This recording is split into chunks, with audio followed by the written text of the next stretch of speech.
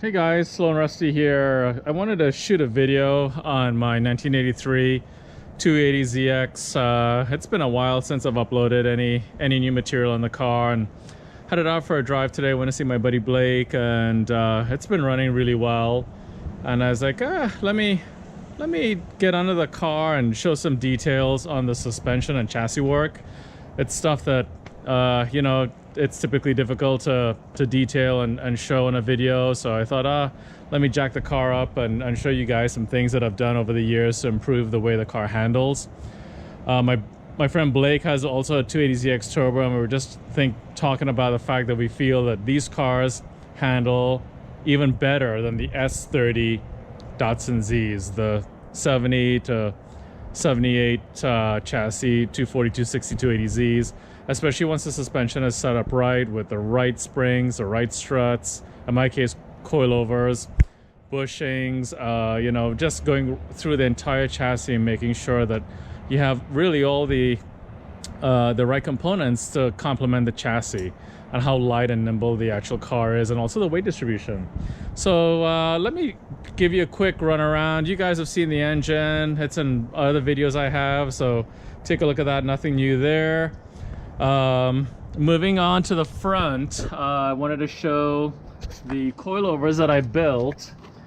These coilovers I built in 2003, maybe even 2002.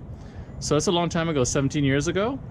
And so I've played with different spring rates, and actually the spring rates that are on the car right now are perfect for a street car. They're firm, not too bouncy, and very compliant with very, very minimal, if any, body rolls. So I can't remember the spring ratings, but I'll put it in the description. I need to just go through some records because I've changed these springs out so many times I can't remember the rating on the current setup. But there's the coilover in the front, and you can see where I've welded the perch here in the bottom of the strut assembly. And I have a Technotoid tuning LC arms, as can be seen here. The larger MSA sway bars with poly bushings. I have a rebuilt rack. When I painted the car earlier this year, I also painted underneath the fender wells, as you can see, so it's all nice and clean and looks really good. Yeah, so that cleaned up really well and looks real good now. Brakes, I have 6-piston front calipers, which is really cool. With the Arizona Z car kit, I actually have the first kit that was sold by Dave at Arizona Z car. I mocked it up on my car, and everything worked out really well.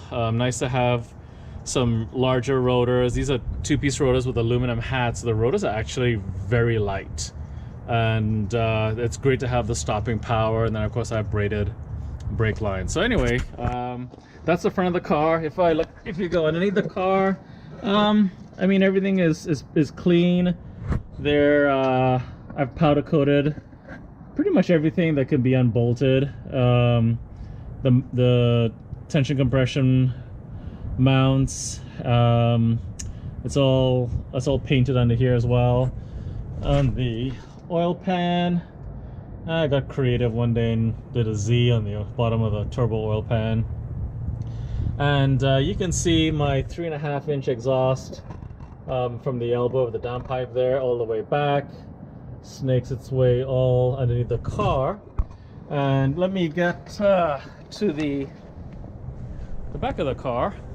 On the rear, it's stock brakes, nothing terribly exciting there. You can see my rear coilovers. Again, this is version 2 of 3, the first set I made again 17 years ago. This set works really well too. No problems, and great handling, and very compliant on the street. Again, everything was dismantled from the rear, and I powder coated everything silver. Again, all the new poly bushings. And the gem under here actually is the Z31 Turbo rear diff with limited slip. As you can see there, I have the Greddy Trust fin cover that came from Japan. So that looks really good. So the whole rear end I actually rebuilt, and all new dust covers on the CV boots, and everything's just been cleaned up, and you can see. And then on the, I have hard, you can see the mounts actually for the rear subframe, they're hard mounted. They're machined pieces that were done by my friend Kirk, and so that keeps everything in place and nice and firm. Some more of the powder coating, the silver powder coating, and then you can see the 3.5-inch exhaust. It's actually nice and tight to the floor of the car, snakes over the subframe, barely makes it, and then it terminates at the rear with a MagnaFlow, oh sorry, not MagnaFlow but Burns muffler, and then a MagnaFlow tip. So anyway, just quick video underneath the car. Don't get under here too often, but hope you enjoy it, and ask any questions. Thanks.